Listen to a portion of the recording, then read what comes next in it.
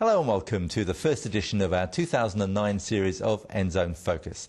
Tonight we feature Scott Kelso's investigative report on New Zealand's immigration service. Davina William takes us behind the scenes of the latest Disney on Ice production, and we also talk to one of the authors visiting this country for the prestigious Commonwealth Writers Awards, and that's our first story tonight.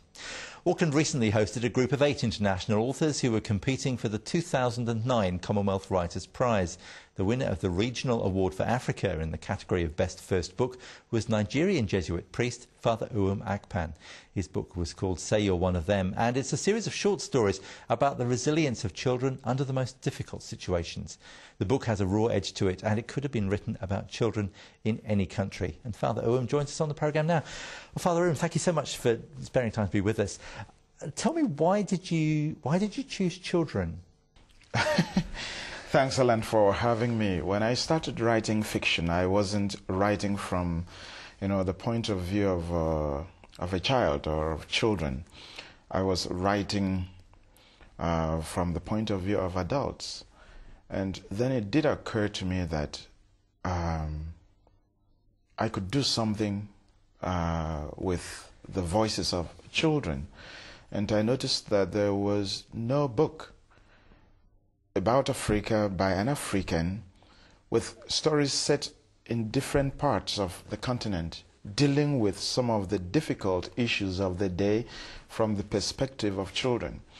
So once I defined the issues that way, I embraced the challenge. And it was both exciting and frightening. I have not lived in most of these countries. And a place like Rwanda, I've never visited Rwanda. So it was my task now to attempt to write as an insider. I mean, Rwanda was such terrible things happened there. And yet, even though the girl in it sees terrible things, what comes across is her wisdom and resilience. I think that's the theme of the book in a way, isn't it? Is the resilience of children. Yes. You see, when we hear of disasters elsewhere, there's a tendency to say, are these people, how could they do this? They're very different from us. Okay?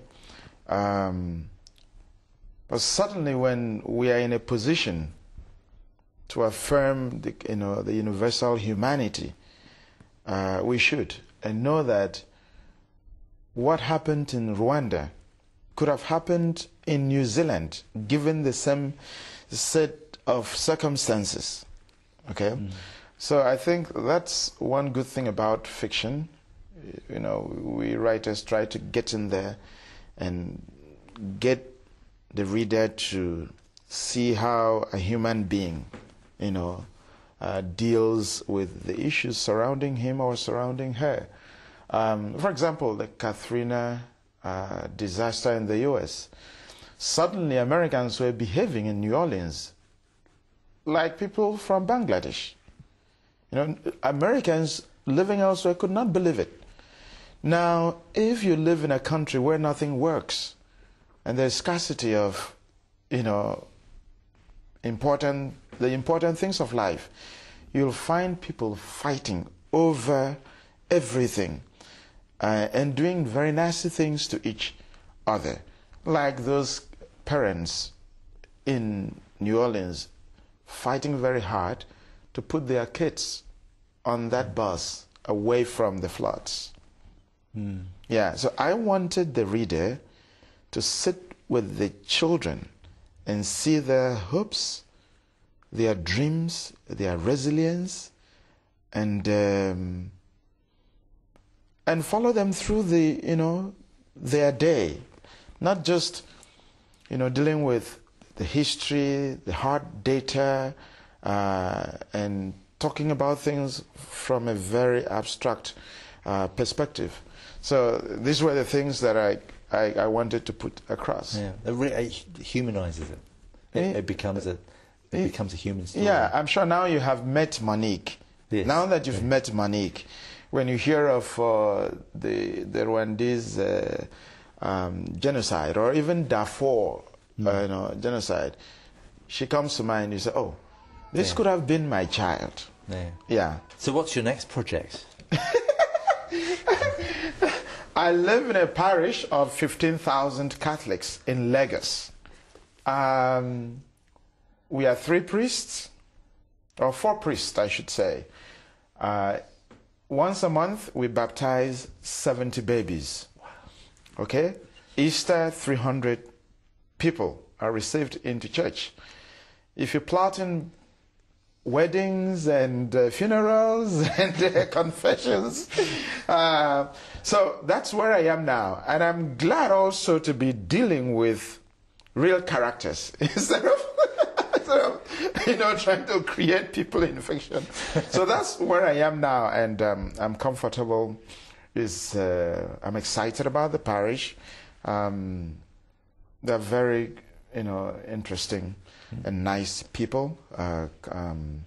So that's where I am. When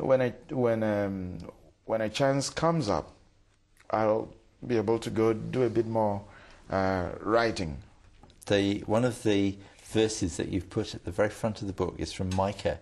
Yeah. What is good has been explained to you: to act justly, to love tenderly, and to walk humbly with your God. That's a tough rule to live by. Yes, it is. But humility is good, though it's not a virtue that is celebrated, these days.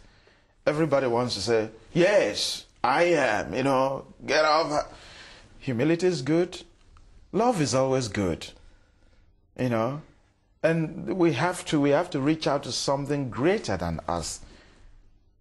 God, These are, and you see, we Christians, we religious people, sometimes we have this problem of we become triumphalistic. We use the crucifix to beat on the head of others. You must. This is what God is saying. Walk humbly, love tenderly. Okay? I think if we did that, we would appeal more to people than, being haughty, being too proud that Christ died for us. So that's why I like that verse from Micah.